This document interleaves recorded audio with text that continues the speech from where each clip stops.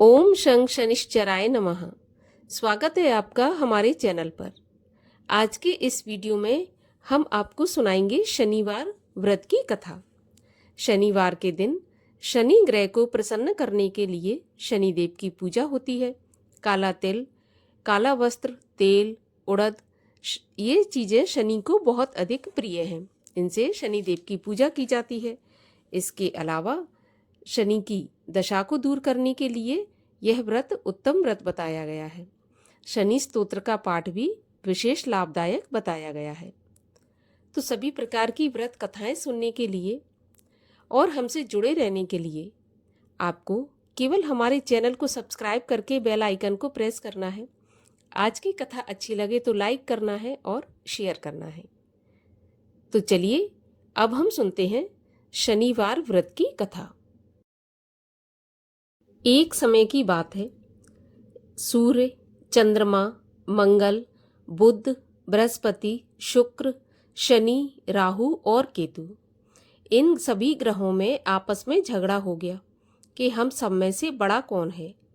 सब अपने आप को बड़ा कहते थे, पर आपस में जब कोई निश्चय नहीं हो सका तो सबके सब आपस में झगड़ते हुए इंद्र के पास गए और कहने लगे कि आप सब देवताओं के राजा हो, इसलिए आप हमारा न्याय करके हमें बताओ कि हम 9 ग्रहों में से सबसे बड़ा कौन है। राजा इंद्र इनका प्रश्न सुनकर घबरा गए और कहने लगे कि मुझ में इतना सामर्थ्य नहीं है जो किसी को बड़ा या छोटा बताऊं। मैं अपने मुख से कुछ नहीं कह सकता। हाँ, एक उपाय बता सकता हूँ।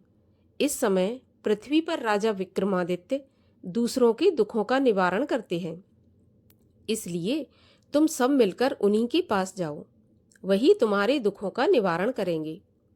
ऐसा वचन सुनकर सभी ग्रह देवता चलकर भूलोक में राजा विक्रमादित्य की सभा में जाकर उपस्थित हुए और अपना प्रश्न राजा के सामने रखा। राजा उनकी बात सुनकर बड़ी चिंता में पड़ गए कि मैं अपने मुख से किसको बड़ा और किसको छोटा बताऊं। जिसको भी छोटा बताऊंगा वही क्रोध करेगा। परंतु उनका झगड़ा निपटाने के लिए राजा विक्रमादित्य ने एक उपाय सोचा। उन्होंने सोना, चांदी, कांसा, पीतल, शीशा, रांगा, जस्ता, अभ्रक और लोहा, इन 9 धातुओं के 9 आसन बनवाए। सब आसनों को क्रम से, जैसे कि सोना सबसे पहले और लोहा सबसे बाद में, इस तरह से बिछवा दिया। इसके पश्चात राजा ने सब ग्रहों से कहा कि आप सब अपने अपने सिंहासनों पर बैठ जाइए। जिसका सिंहासन सबसे आगे है वह सबसे बड़े और जिसका आसन सबसे पीछे है वह सबसे छोटा जानिए। क्योंकि लोहा सबसे पीछे था और यह शनिदेव का आसन था, इसलिए शनिदेव ने समझ लिया कि राजा विक्रमादित्य ने मुझको सबसे छोटा बना दिया। इस पर शनि को बड़ा क्रोध आया और कहा कि राजा, तू मेरे पराक्रम को नहीं जानता।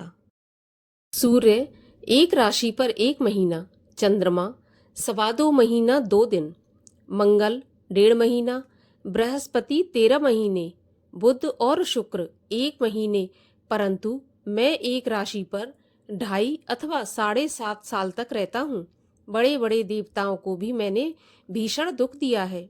राजन सुनो, राम जी को 7.5 आई और वनवास हो गया, और रावण पर आई तो राम और लक्ष्मण ने सेना लेकर लंका पर चढ़ाई कर दी और रावण के कुल का विनाश कर दिया। हे राजा, अब तुम सावधान रहना। राजा कहने लगा, जो कुछ भाग्य में होगा देखा जाएगा। उसके बाद अन्य ग्रह तो प्रसन्नता के साथ चले गए, परंतु शनिदेव बड़े क्रोध के साथ वहां से पधारे। कुछ काल व्यतीत हो जाने पर जब राजा को 7.5 की दशा आई तो शनिदेव घोड़ों के सौदागर बनकर अनेक सुंदर घोड़ों के सहित राजा की राजधानी में आए। जब राजा ने सौदागर के आने की खबर सुनी तो अश्वपाल को अच्छे अच्छे घोड़े खरीदने की आज्ञा दी। अश्वपाल ऐसी अच्छी नस्ल के घोड़े देखकर और उनका मूल्य सुनकर चकित हो गया और तुरंत ही राजा को जाकर सूचना दी। राजा ने उन घोड़ों को देखकर एक अच्छा सा घोड़ा चुनकर सवारी के लिए उस घोड़े पर बैठ गया। राजा के घोड़े की पीठ पर चढ़ते ही घोड़ा जोर से भागा। घोड़ा बहुत दूर एक बड़े जंगल में जाकर राजा को छोड़कर गायब हो गया। इसके बाद राजा अकेला जंगल में भटकता फिरता रहा। कुछ देर के बाद राजा ने भूख और प्यास से दुखी होकर भटकते भटकते एक ग्वाले को देखा। ग्वाले ने राजा को प्यास से व्याकुल देखकर पानी पिलाया। राजा की उंगली में एक अंगूठी थी, तो राजा ने उसे निकालकर खुशी खुशी उस ग्वाले को दे दी और शहर की ओर चल दिया। राजा शहर में पहुंचकर एक सेठ की दुकान पर जाकर बैठ गया और अपने आप को उज्जैन का रहने वाला तथा अपना नाम बीका बताया। सेठ ने उसको कुलीन मनुष्य समझकर जल इत्यादि पिलाया। भाग्यवश उस दिन सेठ की दुकान पर बिक्री बहुत अधिक हुई। तब सेठ उसको भाग्यवान पुरुष समझकर भोजन कराने के लिए अपने साथ ले गया। भोजन करते समय राजा ने आश्चर्य की एक बात देखी कि खूंटी पर एक हार लटक रहा है और वह खूंटी उस हार को निगल रही है। भोजन के पश्चात कमरे में आने पर जब सेठ को कमरे में हार नहीं मिला तो सबने यही सोचा कि सिवाय बीका के कोई और तो यहाँ पर आया नहीं है, अतः अवश्य ही उसी ने हार चोरी किया है। परंतु जब बीका से पूछा गया तो उसने साफ मना कर दिया कि उसने हार नहीं चुराया है। इस पर 5-7 आदमी इकट्ठे होकर उसको फौजदार के पास ले गए। फौजदार ने उसको राजा के सामने उपस्थित कर दिया और कहा कि ये आदमी तो भला मालूम होता है, चोर मालूम तो नहीं होता, परंतु सेठ का कहना है कि इसके सिवाय कोई और घर में आया ही नहीं, अवश्य ही इसी ने चोरी की है। तब राजा ने आज्ञा दी कि इसके हाथ पैर काटकर चौरंगिया किया जाए। राजा की आज्ञा का तुरंत पालन किया गया और बीका के हाथ पैर काट दिए गए। इस प्रकार कुछ काल व्यतीत होने पर एक तेली उसको अपने घर ले गया और कोलू पर उसको बैठा दिया। बीका उस पर बैठा हुआ जुबान से बैल हाँकता रहा। शनि की दशा समाप्त हो गई और एक रात को वर्षा ऋतु के समय वह मल्हार राग गाने लगा। उसका गाना सुनकर उस शहर के राजा की कन्या उस राग पर मोहित हो गई और दासी को खबर लेने के लिए भेजा कि देखो शहर में कौन गा रहा है। दासी सारे शहर में फिरती फिरती क्या देखती है कि तेली के घर से चौरंगिया गा रहा था। दासी ने महल में आकर राजकुमारी को सारा वृत्तांत सुना दिया। बस उसी क्षण राजकुमारी ने अपने मन में ये प्रण कर लिया कि चाहे कुछ भी हो जाए इस चौरंगिया के साथ ही विवाह करूंगी। प्रातःकाल होते ही जब दासी ने राजकुमारी को जगाना चाहा तो राजकुमारी अनशन व्रत लेकर पड़ी रही।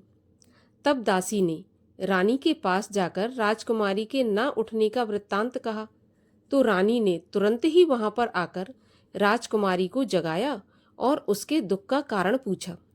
तो राजकुमारी ने कहा कि माताजी, मैंने यह प्रण कर लिया है कि तेली के घर में जो चौरंगिया है उसी के साथ विवाह करूंगी। माता ने कहा, पगली, यह क्या बात कर रही है? तेरा विवाह तो किसी देश के राजा के साथ किया जाएगा। तब कन्या कहने लगी कि माताजी, मैं अपना प्रण नहीं तोड़ूंगी। माता ने चिंतित होकर यह बात राजा को बताई।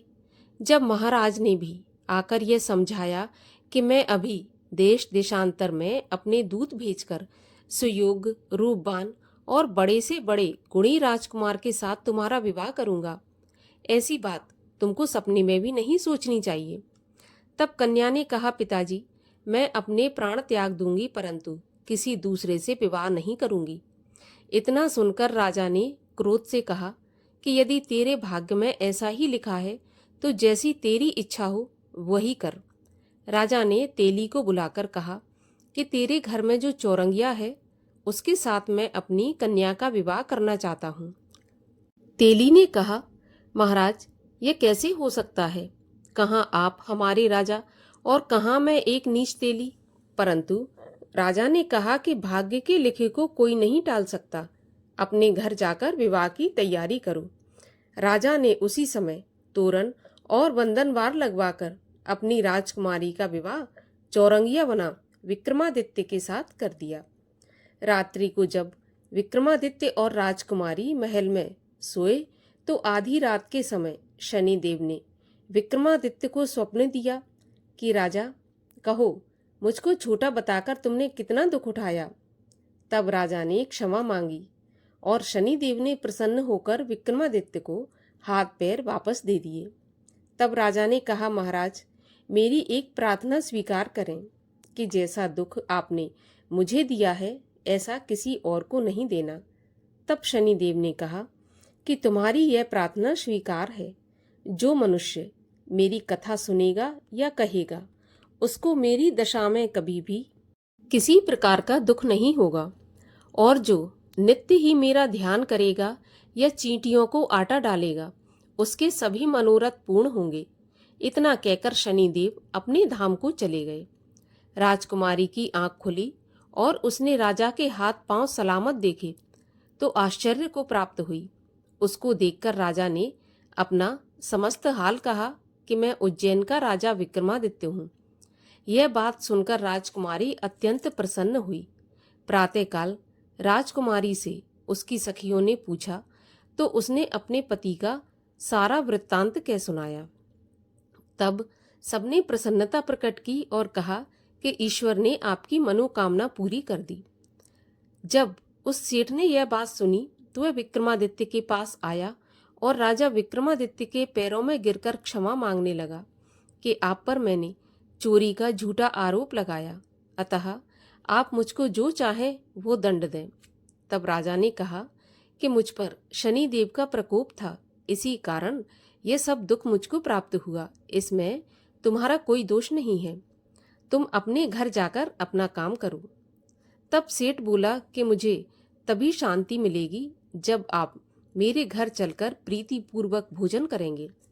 राजा ने कहा कि जैसी आपकी इच्छा हो।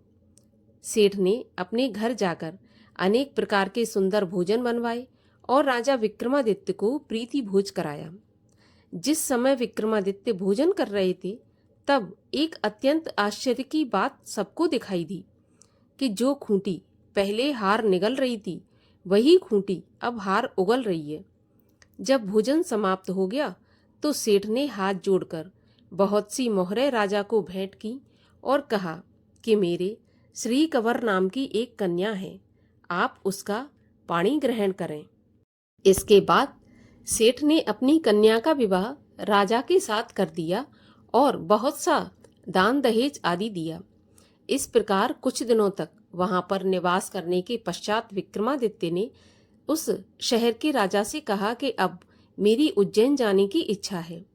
फिर कुछ दिन के बाद विदा लेकर राजकुमारी मनभावनी और सेठ की कन्या श्री कंवरी तथा दोनों जगह के दहेज में प्राप्त अनेक दास दासी रथ और पालकियों सहित राजा विक्रमादित्य उज्जैन की तरफ चल पड़े। जब शहर के निकट पहुंचे और शहर वासियों ने राजा के आने का समाचार सुना तो समस्त उज्जैन की प्रजा अगवानी के लिए आई। तब बड़ी प्रसन्नता के साथ राजा अपने महल में पधारे।